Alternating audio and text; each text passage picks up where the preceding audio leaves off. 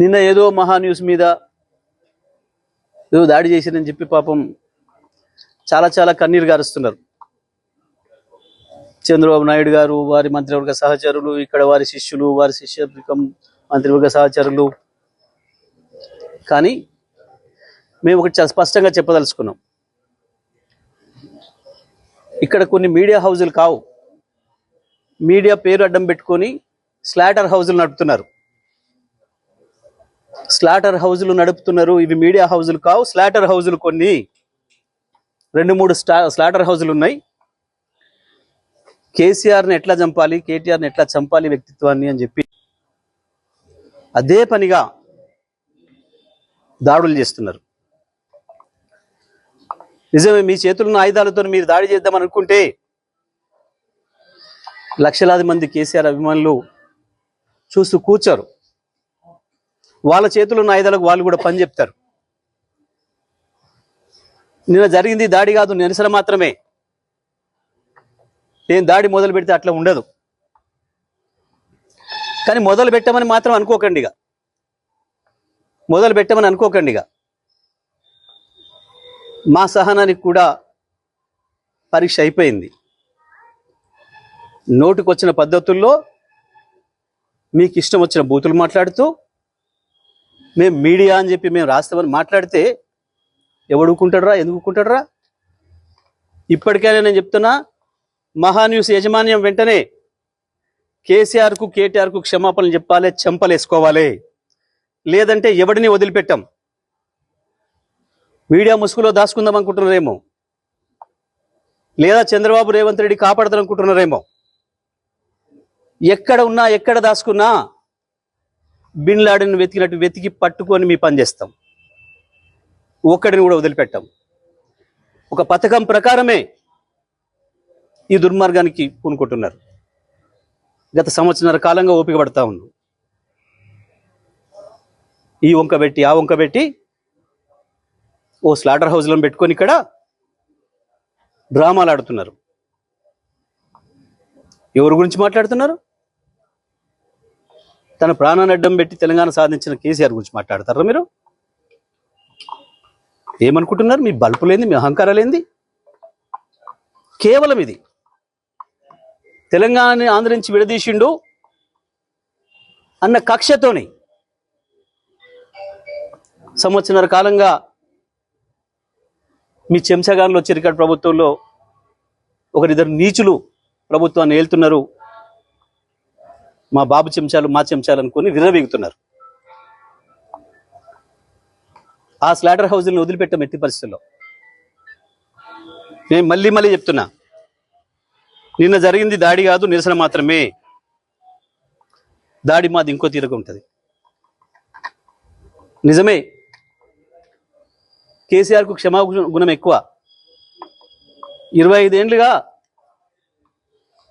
కేసీఆర్ నీడలో ఉన్నవాడిగా, కేసీఆర్ ఆలోచనలను క్షణక్షణం అనుక్షణం అమలు చేసిన వాడిగా నేను చెప్తున్నా, కేసీఆర్ క్షమించినా మేము వదిలిపెట్టాం.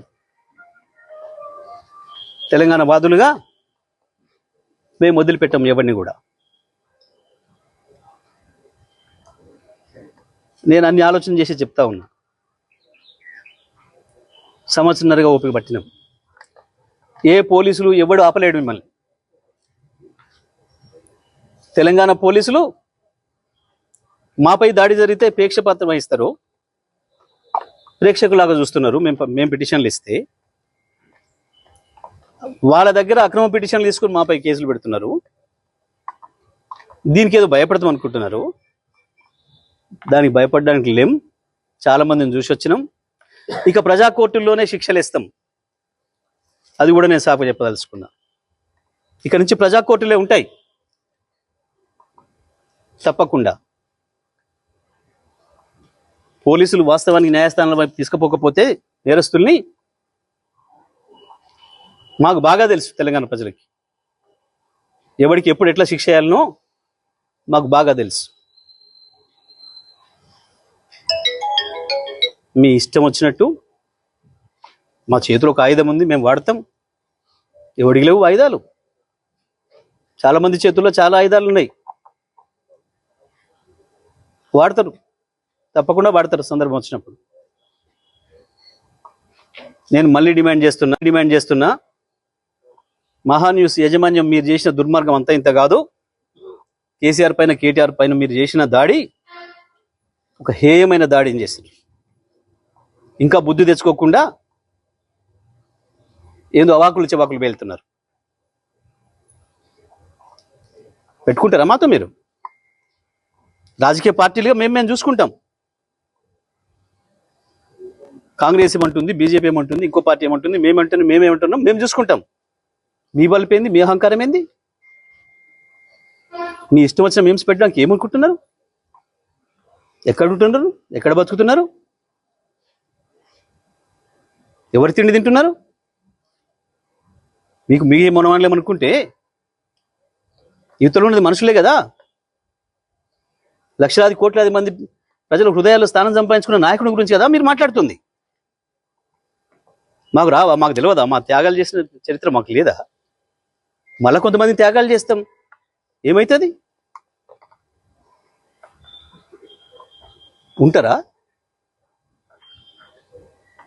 ఏ బలుపుతోని, ఏ అహంకారంతోని, ఎవరిని చూసుకొని ఈ ప్రేలాపన?